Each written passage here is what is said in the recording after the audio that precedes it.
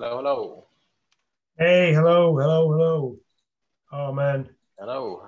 It's bastard working. Zoom, bastard Zoom.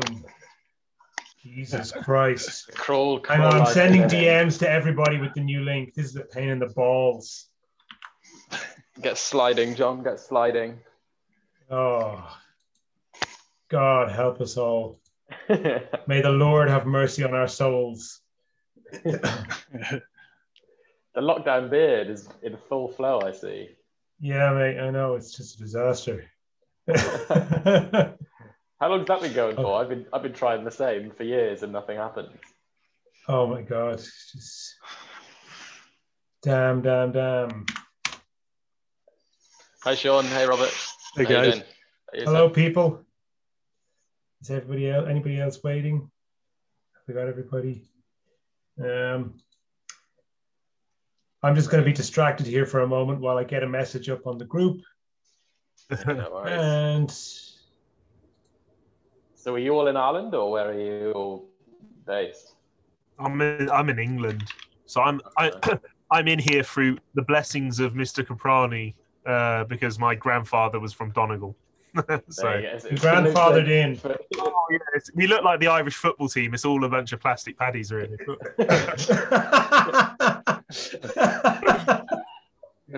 Very shady Irish people in here. I'll tell you that now. Oh yeah. Shady Irish person probably fits quite well. That might have to be the new name I go by. I need to put my kilt on so I fit in. You mean you're not wearing it already? Give me 2 seconds. I'll be back. Okay. Who's here? Have I got everybody now? I think I've pretty much got everybody. I hope so. Is anyone who's missing? Oh my God, this feels really horribly stressful and it shouldn't. Woosah, John. Woosah. Deep breath, buddy. Deep breaths, deep breaths. Okay. I've put the new link in a load of places and I've sent people DMs. I think I've covered everybody. Is there anybody that's still to come? Let me see. Participants. Okay. These Zoom problems, John, were meant to be rectified in 2020. It's now 2021. It's a fool's game making those mistakes in this year. Sweet mother of Jesus. It's a nightmare. Okay. So, is there anybody else who's looking for a link? I think I've given everybody a link. There's Tom. Hey, Tom, Abe. Hey, Nick Tom. Around. Anybody else? Send me a message. There's Nick. Okay, she'll probably show up in a minute. Sean. I think that's everybody. I think we're all kind of set at this point. Okay. Thank you, everybody. Appreciate you all being here. Jesus, Ronan, you look slim. You've been not sleeping or eating lately. Oh, you know it all too well. Okay. This is entrepreneur life, working 27 hours a day and just like railing loads of meth all the time to keep yourself going, right? Are you sitting in your stockroom? I'm sat in warehouse number 2. Yeah. No, Really? I'm sat in the home office. Oh, brilliant. You mean the home office? Where's Boris? The home office. Yeah, no, he's just getting a cup of tea. Okay. So we're going to talk today about your business, about Spacebands, about sort of, where you started out, how you've had this kind of crazy like rocket ship overnight success thing that's happened, and how you're surviving and like what your plans are to keep on growing and what are the challenges you faced, particularly from perspective of marketing. But before we get into all that, I think let's start with tell us a little bit about who you are and sort of what got you to the point where you started your business, and tell us a little bit about Spacebands. Cool. Yeah, no worries. So I'm Ronan Finnegan. I'm 25. I'm just a young buck in the entrepreneur's game, but I've already had 4 businesses. The first business I had was a mobile app. It was a alarm clock app that when you press snooze, you give money to charity. So I released that app when I was 18. I crowdfunded the idea with no development skills, no business skills, no acumen whatsoever. I was just a guy who had the time to do the idea and felt lucky enough to give it a go. So that was business number one. From that mobile app, I then went and released a second business, which was an app called Gym or Donate, similar concept. But when you went to the gym, you'd put your routine into a calendar. And if your phone's location wasn't at your gym at that time, you would donate to charity. If you said you're going to be at the gym at 9 a.m. on Monday, if your phone wasn't at the gym at 9 a.m. on Monday, you had to give £1 to your favorite charity. I also had a small marketing agency for a little while where I would just run social, mainly for hotels and travel. I've spent the past 8 years working as a digital nomad, so I would work online and just do whatever I could possibly find in a digital sense, albeit as far as accounting, as small as running PPC campaigns, writing copy at some level with no talent, so to speak, but just a man of many traits, but not a man of any expertise. So then I was brought to my fourth business with a childhood best friend of mine. So there's been a group of us school friends from when we were, 11. And of that group of school friends, of about 10, there was always two guys who've been within business, myself and my current co-founder, Harry. So he's already had a business working with food and drink, I guess is the easiest way to describe it. It was a business that used misshaped fruit and turned them into smoothies. He then won a national competition and had that business idea shared in 10 Downing Street. So it's always been that we would make a business together. We didn't quite realize that it would be in social distancing wearables, but here we are today. So Harry gave me a text back in March to say, hey, Ronan, I've got this idea. You're the guy to help me make it happen. And I mean, I get, as strange as it is to say, I get business ideas thrown at me probably on a monthly basis from friends of friends, family members all over the place. Someone has an idea for a new t-shirt company. They send me a text saying, hey, Ronan, how can I make this happen? Because people just know that I'm in that sort of space. Albeit most of those ideas are good, I don't have the time to implement any of them because I'm focusing on other projects. I'm quite a hyperactive person in the sense that if I'm doing something, I throw everything I possibly can into it. I don't have to work a 9 to 5 to get something done. I just do it until the time is required. So when Harry sent me this text with space bands, it was the first time I'd had an idea thrown at me that wasn't my own, as arrogant as that sounds, that I was like, hang on, this is worth every single second of my time. So I remember texting back Harry that morning and saying, hey, this is an unbelievable idea. Let's make this happen. And given that I already had software development background, I could pull together everything in a digital sense to make the company seem legit, although it wasn't at the time. The concept sort of came to life within the space of 6 weeks. So it went from drawings on Microsoft Paint to finding a supplier, to making the website, to running email campaigns, to everything within 6 weeks. We went from having nothing to having a live business. And when I say a live business, I mean we got our first sale 6 weeks in. So how much money did you have to get started, Ronan? So everything is being completely self-funded. I am a young baby with not that much cash at all. So the business first floated with, honestly, £150 is what we spent on our first samples. We floated with that £150 for the first month, albeit now we're putting more of our own money into the business because it's growing. But at the beginning, for the first month, it was £150 that went into it. So we did everything bootstrapped. And when I say everything, I mean like making logos. Microsoft Paint was the go-to in the beginning. We weren't paying designers. Making the website, we weren't hiring developers. Everything was done by us. So we used because of my varied experience, we had quite a good footing into bootstrapping things as effectively as possible. I didn't waste around time having to train myself in every field because I'd done it in the past. But even if I had to, it could have still been done. It just would have taken a little bit longer than I had done it. The cost would have been the same. So we started by building the website out as a base. So we use Shopify even to the day. Shopify is probably the most simple thing to run e-commerce from, although there's other competitors, which I'm not going to back at all because I've got no experience with them. Shopify was the most straightforward way of setting a central base for us to then grow everything else from, albeit the marketing, albeit the warehousing, albeit everything and anything was run through that central system. We even, to really go down to the bootstrap details, we bought our website we bought the domain for 99p, we bought the mail server for 99p, and we floated on just that for the first 2 months. We're now using G Suite and we're using Shopify premium features so that we can be as effective as possible, but everything was literally on the most basic package possible to bring the business to where it was today in the early days.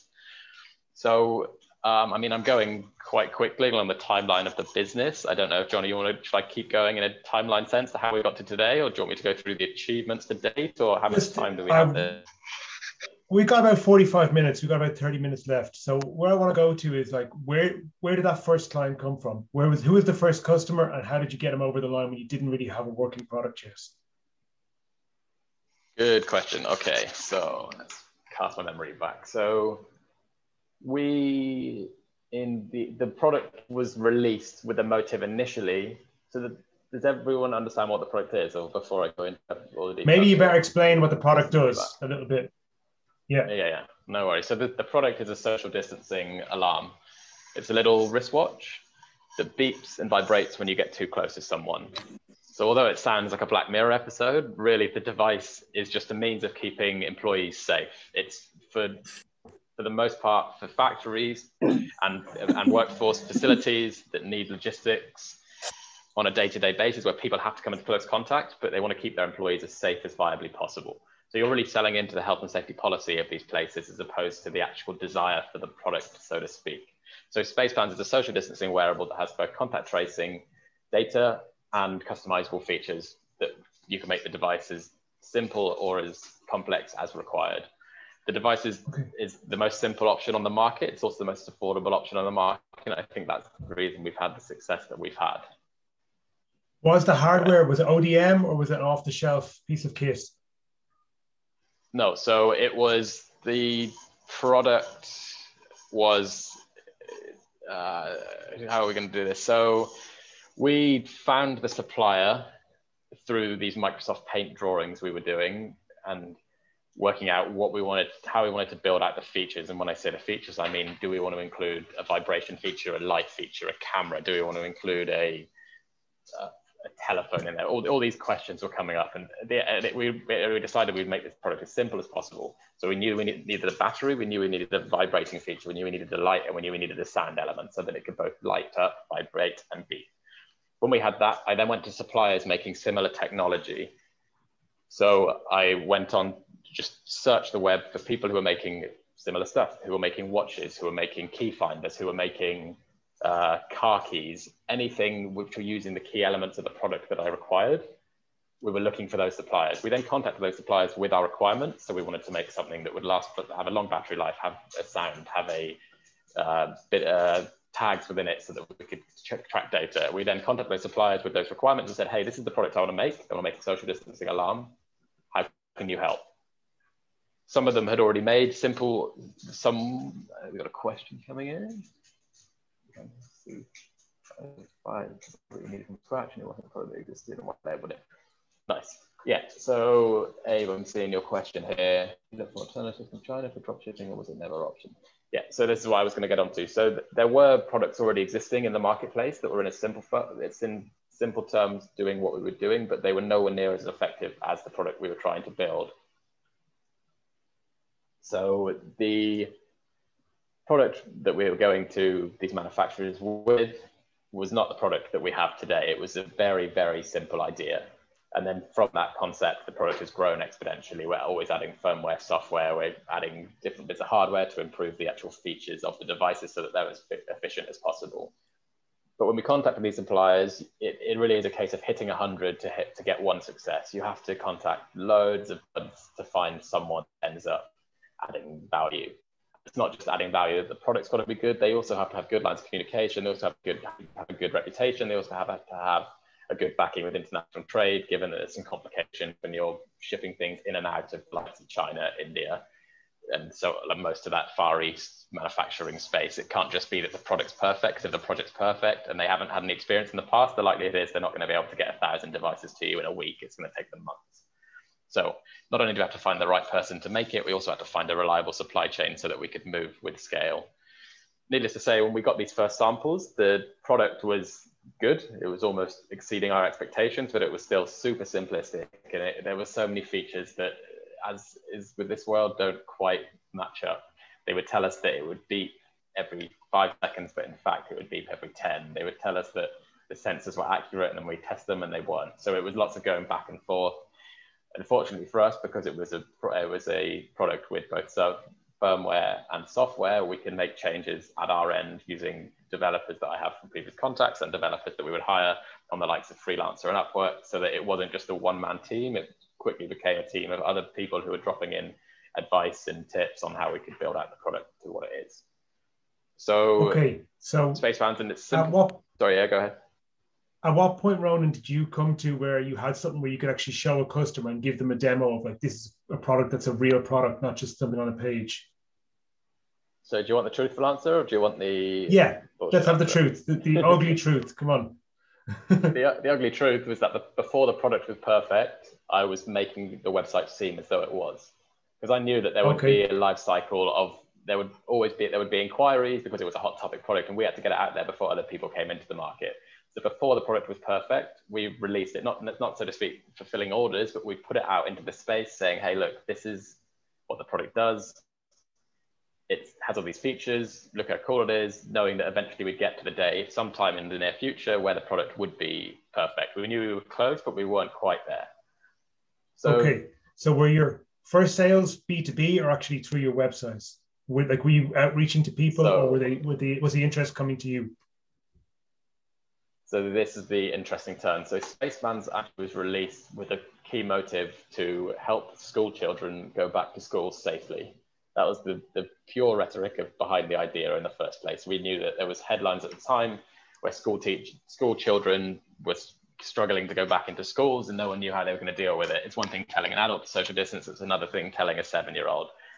So Spacebands was released with that as the motive, and on note of that, we were targeting a database that I had found of 25,000 emails. Very little good trick actually that I can share. For any government-based contract in the UK, there is a Freedom of Information Act that means any supplier for a certain industry has to be disclosed. Data for certain sectors of the UK market are free to find.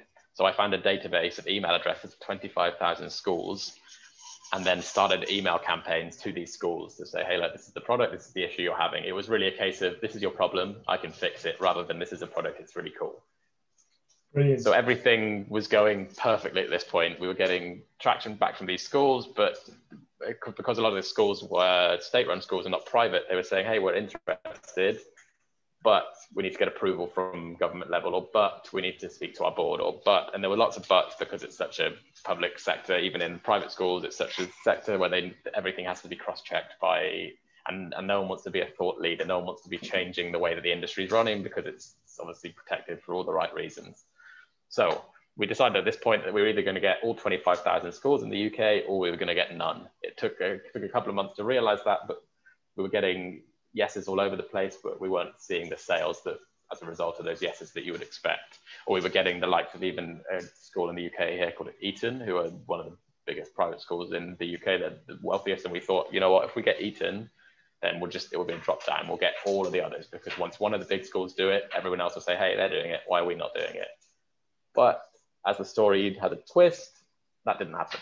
We didn't sell into schools. We had a BBC feature because we were getting traction and people were talking about it, but no one actually went through with the sale. We tried to go in at government level to get the contracts, but I mean, it was two 25-year-old guys against the world. So it wasn't like we were going to get that contract. At that point, we pivoted. We were getting inquiries on the website as a result of the BBC News story that we had from manufacturers saying, hey, this is really cool technology. I want to use it to keep my workforce safe. And it wasn't just one or two. We were getting like, I don't know, maybe 20, 30 messages a week from manufacturers. And these aren't guys looking to buy one device. They're people looking to buy 200, 300, 400, 500. So there was clear value on pivoting. So at that point, we decided just to completely take the school angle off of the website entirely. So the space bands were bright and colorful, and they still are bright and colorful, but that's because of the school past. But the actual messaging that we have on the website is all focused on B2B sales. As you'll see, it's www.spacebands.co.uk. It all is talking about, hey, look after your employees, keep your workplace safe, staff are ignoring signs and tape. It's all looking at it from a HR, health and safety, or director view from a company to keep their employees safe. And that was the notion. I think I maybe had a conversation with you, John, about this a number of months ago at the time, possibly, or maybe it was a little further down the pipeline. But anyway, that was the pivot that we took. So at that point, we decided that B2B sales were the way. We were getting a couple of B2C sales, but we were in some difficulties because we could not advertise the product on Facebook or Instagram or Twitter because it's a COVID-19 related product. So we couldn't run paid ads, but we could run PPC campaigns, of which I'd done in the past life for hotels. So I knew roughly how to do it. But so the only traffic we were driving was either as a result of that BBC News pitch, referrals from people that we had either reached out to. For example, they might have emailed a head teacher of a school and they've told their wife who works for a company, or so on and so forth. But for the most part, our traffic was coming through PPC, and the PPC focus had now switched to social distancing for employees, keep your employees safe at work, wearables for employees, safety wearables for the workplace, that sort of notion. And that's still where we're at today. So Spacebands in its current form has come from pitching to school kids, school teachers to keep the pupils safe, to now pitching to the HR departments of companies who can't close their doors because lockdown measures mean they need to stay open, the likes of food production, construction, manufacturing, healthcare, these industries who just cannot close their doors. Even if we went into a national lockdown, people still need to eat. So it wasn't that the customer would run out. It might be that we cover all of the customers in an ideal world, but the industries wouldn't close down like some industries have done. So are you still at this point? So we've been focusing on that point for a while, and that's where we're getting traction. I'd say at the moment, 90% of our customers are either in food production or manufacturing. However, we're now starting to see a twist. As things are starting to open up, we're getting contracts with other parts. So we're getting ITV production studios, who are one of the biggest TV channels here in the UK, are using the devices in all of their production studios. When I say production studios, like the places they actually film the TV shows. We've got a company called Travis Perkins, who are a big building supply store, who are starting to use the devices. We're about to sign a contract with IKEA, who a homeware store. There's certain offices. There's a company called Nomads Travel, who have chains of travel stores here in the UK, like retail travel stores, who are office-based. We're getting contracts with the student loans company, who are a massive administration company here in the UK, again, office-based. So it's starting to take a turn just in this coming month of office-based companies now taking interest in the product, whereas before it was all movement-based locations. And when I say movement-based, I mean people working on a factory line having to go back and forth to conveyor belts. Okay. So at this point, Ronan, how much of it is actually inbound interest through SEO and PPC, and how much is direct sales outreach from you guys? Oh, good question. Probably, I'd say we're in the fortunate position where we're getting 65% of sales are inbound. I'd say at the moment, okay. 65%. So that's, I'd say 50% of that is as a result of our PPC campaign. And SEO, but I mean, you can't calculate SEO statistically, I guess. You can, but not as simple as seeing conversions on PPC. So our PPC spend, with full transparency, went from month one fighting over the fact we'd be spending £50 a month to now I think we're spending over 4 or 5 grand a month. It's all been self-funded, but if there's an ROI, it's worth paying this kind of money. It wasn't like we jumped up from 50 to 4. It was to 4K. It was more that we would jump from 50 to 100 to 500 to £1,000, and we were still seeing returns.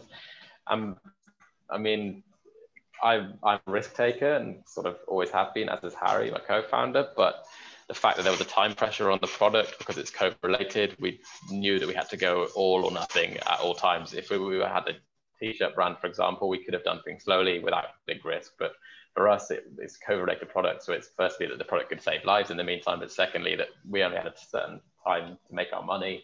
So we jumped into it full hog, and when any opportunity came that we could raise budgets and we could still see an ROI, we tried it out rather than thinking about it. Okay, so at this point now, like looking at the product, it's the future life cycle. do you foresee there's going to come a period where the demand is just going to drop out of the bottom, or do you see there's going to be a long period of social distancing in front of us, like judging by the interest from customers? And like, are you thinking about that, about what your next product might be after this, if the demand starts to wane? Yeah, good question. So first and foremost, Harvard University have said themselves that social distancing will be in play until at least 2022. That means till the end of next year, we're still going to be looking at social distancing. Even if the vaccine comes out tomorrow, not everyone will take it. And to put it on an international scale, there will always be a market who needs the product, because countries in sub-Saharan Africa or in the Middle East aren't going to get the product quite as quickly as we have it in the UK or the US. For better or for worse, it's just the nature of how things will go. That's not to say that we don't want that to happen. It's just it's the reality of it. So space bands will still be alive in its current form until at least 2022, but our product development is happening behind the scenes rapidly. We're already focusing all of our time and effort outside of normal working hours on the product development, so that space bands becomes the workplace wearable rather than just the social distancing aid that it is today. We've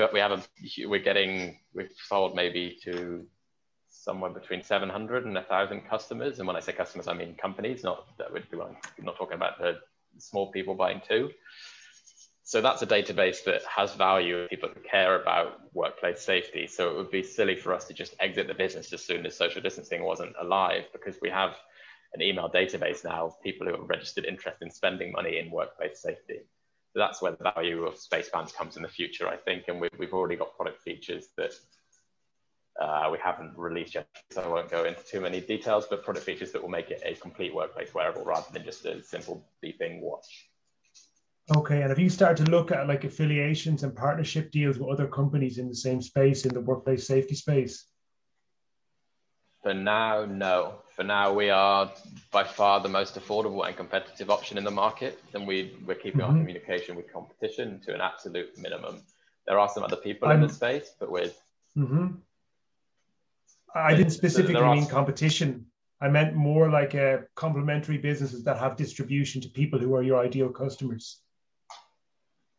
But for now, we're in a fortunate stage that we're making these devices as quickly as we can sell them.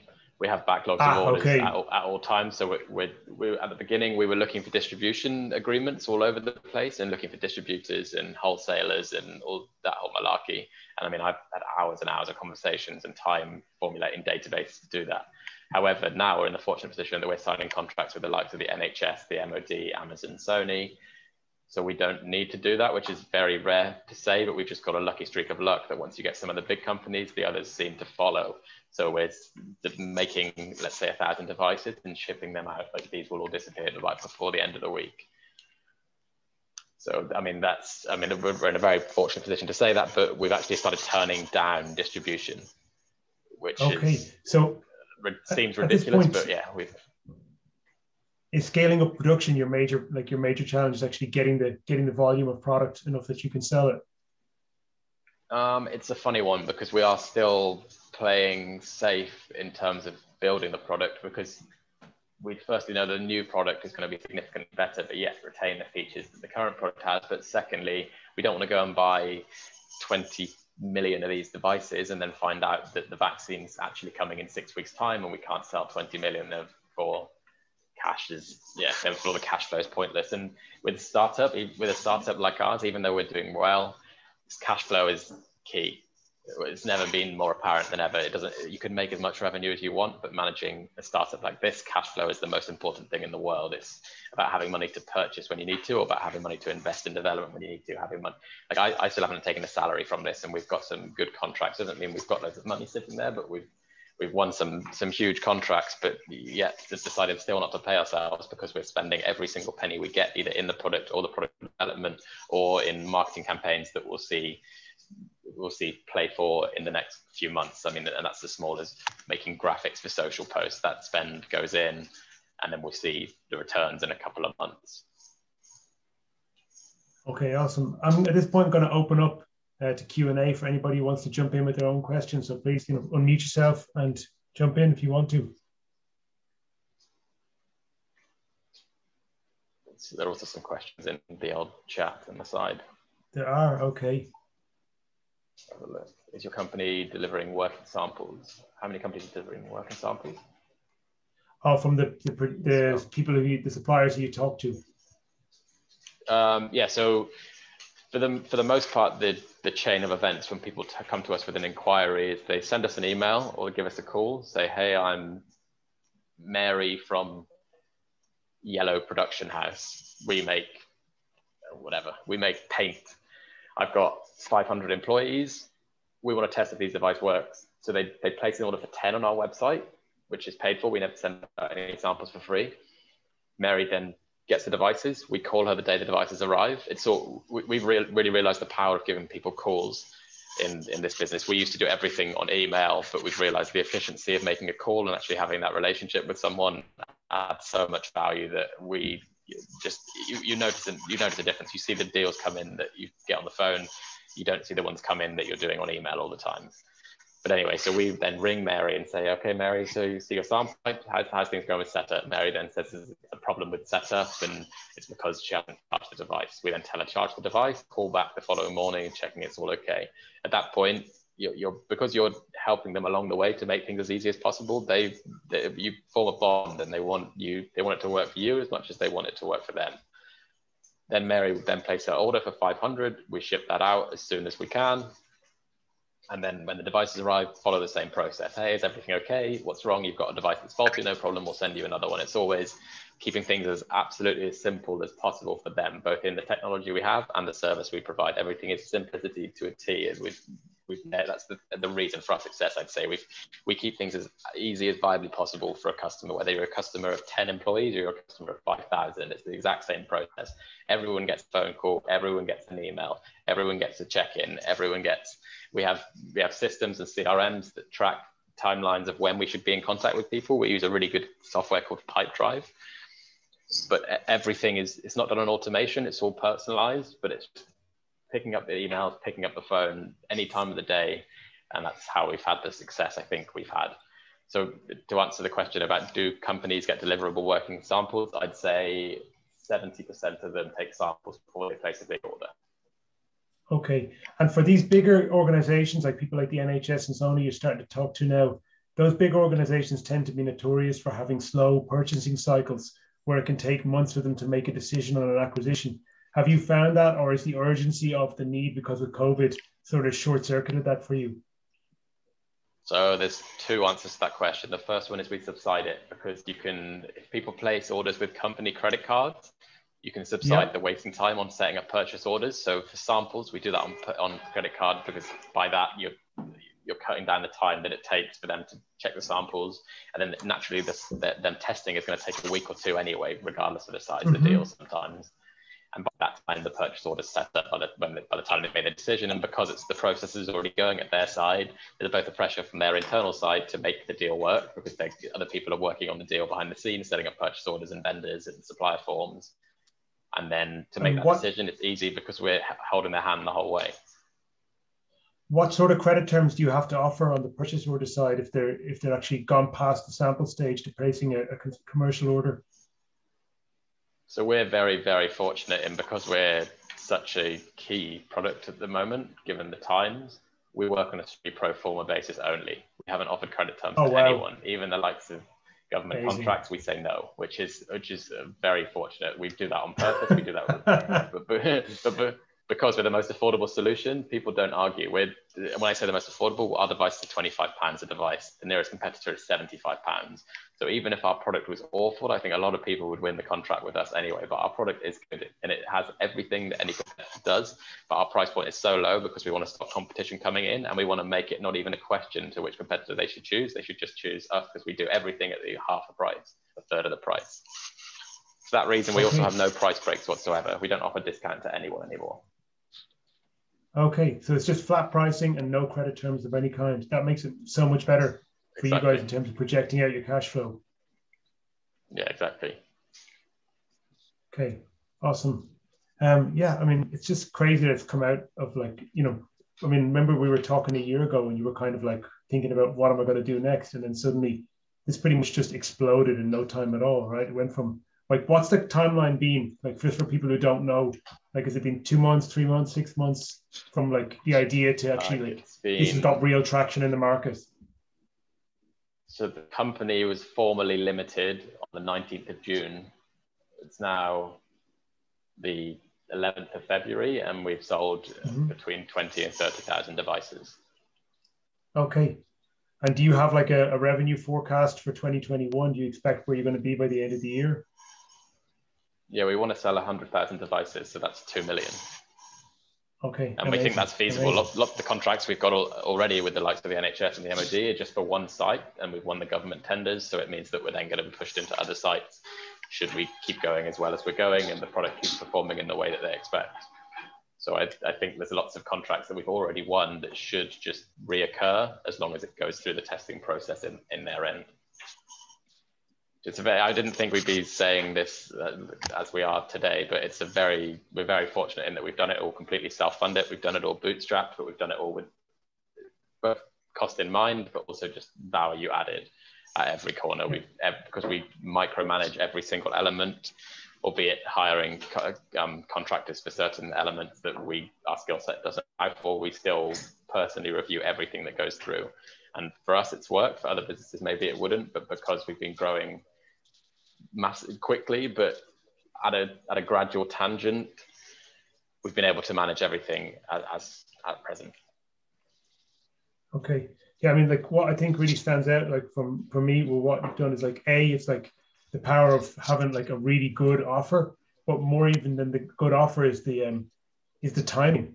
You just like essentially like everything to do with how you've become successful has been about timing, in that you didn't wait when an opportunity presented itself. You just got on it straight away, and you just forced yourself into the position of being in the right place right at the moment, needed to be there, and then just kept on rolling and capitalizing on that. I mean, we've taken more risks than most business because of the time pressure, and that played into our hands. But had we been in another space, we probably wouldn't have taken the risk that we did. Like we had 100 grand sat in the bank. We spent it all on purchasing. Most businesses wouldn't do that, but we did it because we knew that it was either now or never. We had to buy the product. We had to sell it. If we didn't buy the product then, we couldn't sell the product the following month, and by that the business would die. So it was, we've taken risks time and time again, and fortunately for us, they paid off. So are you now at this point, like, are you all in on Spacebands as a brand that you're going to branch out into other areas, or are you starting to see like this, parallel offers you can do in other spaces? Or are you going to focus like strictly on the workplace wearable space? This video is all in closed groups, isn't it? Yeah, I think it is. Yeah. We are differentiating the market ever so slightly at the moment. People are coming to our website to buy workplace wearables, so they already have in mind that they want to keep their staff safe. So from next month, we're going to be supplying masks, hand sanitizers, personal hand sanitizers, and a number of other things in that space, alongside then the end of that month releasing the new product, which is what we're working on behind the scenes. So we're moving into the same market, but just covering, if someone's coming to our website, they probably have another tab open for antibacterial stuff for their workforce. So why not win in two baskets? So these are your complementary upsells that come along with the main purchase. We also have, upsells have also helped us massively from the beginning. We have little, grab them, charging stations that go with each device. So each Spaceband just needs a USB plug to plug it in. However, if you want to charge 25 devices from one socket, we provide a charging station for £36. That was a sell from day one that we've made thousands on. People are already purchasing the product. They just want a convenient option to be able to charge multiple for lots of work people. That's not a product that is ours directly. We just buy that and we sell it. And are you going to go outside of the UK market? Are you looking internationally to expand beyond the UK now?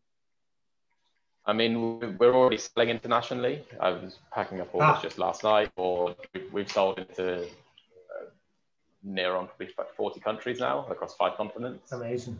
Which sounds impressive, but I mean, it's some of those countries are just for 1 or 2 companies. But yeah, we're selling internationally as a result. of our website and just SEO, because we run PPC campaigns strictly in the UK.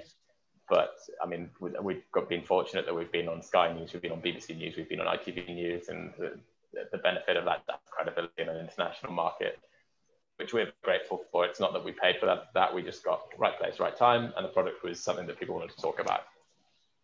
Brilliant. Yeah, like the way you've actually managed to tap into the news cycle has been like such a big part of like why this has taken off. It's been amazing.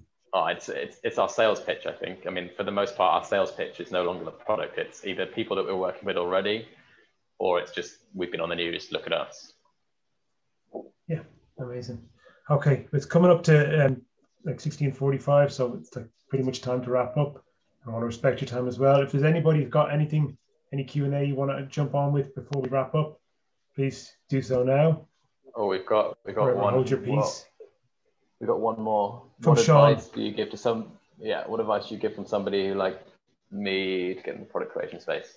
Cool.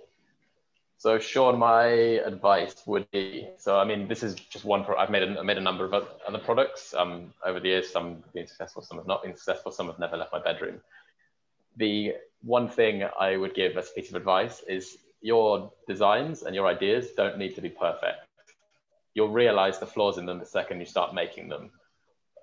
You can make anything is possible if you set your mind and your time to it. It's really that simple. I mean, almost everything I've started with has been done on Microsoft Paint. I'm not a designer. I haven't got that creative sense. I've just got problems that I see solutions for, and that's where my products come from.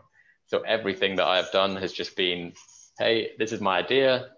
Hey, look at this, it looks rubbish, make it look better. And then you hire someone to make it look better, and then you realize it's still not perfect. And then you hire someone else to make it look better, and then you hire someone else to make it look better. And when I say hire people, that could be buying people on freelance for graphic work. It could be using Upwork to get a product designer to do a CAD model for you. I mean, the value isn't always in spending big to see returns. It's about just trying it with different people as many times as you can, and hoping that eventually it sticks. Because even if you hire the best graphic designer in the world to do a perfect model of your product idea, inevitably when that product shows up with you, you'll realize it's the wrong size, or it doesn't fit properly, or it's not the same color as what you imagined. So I would say with anything, just give it a go, try it. It's not going to work the first time, and you have to accept defeat and then just try again and just continue to try until eventually it hits right. Okay, this is great. Nice one, Ronan. Awesome. Look, before we wrap up, just where can people... Oh, sorry, go ahead, Sean. What you going to say? I'll just say thank you. That's good advice. Thank you. Appreciate it. Awesome. Ronan, before we wrap up, is there anywhere people can find you if they want to connect with you? Yeah, I mean, I'm on Twitter as Ronan Finnegan, or you can try Instagram or LinkedIn, all the same, Ronan Finnegan, my name. Otherwise, the website for Spacepans is www.spacepans.co.uk, and you'll be able to contact me there. Okay, awesome. Thank you, everybody, for coming to attend the call today, and thank you very much for your time, Ronan, for telling us about your story, about what's been going on, and it's amazing, and congratulations, and I wish you a ton of future success. Thank you. Thanks a lot. Thanks, everyone, for showing up. Thanks, everybody. See you all next month, I hope. All the best. Thanks.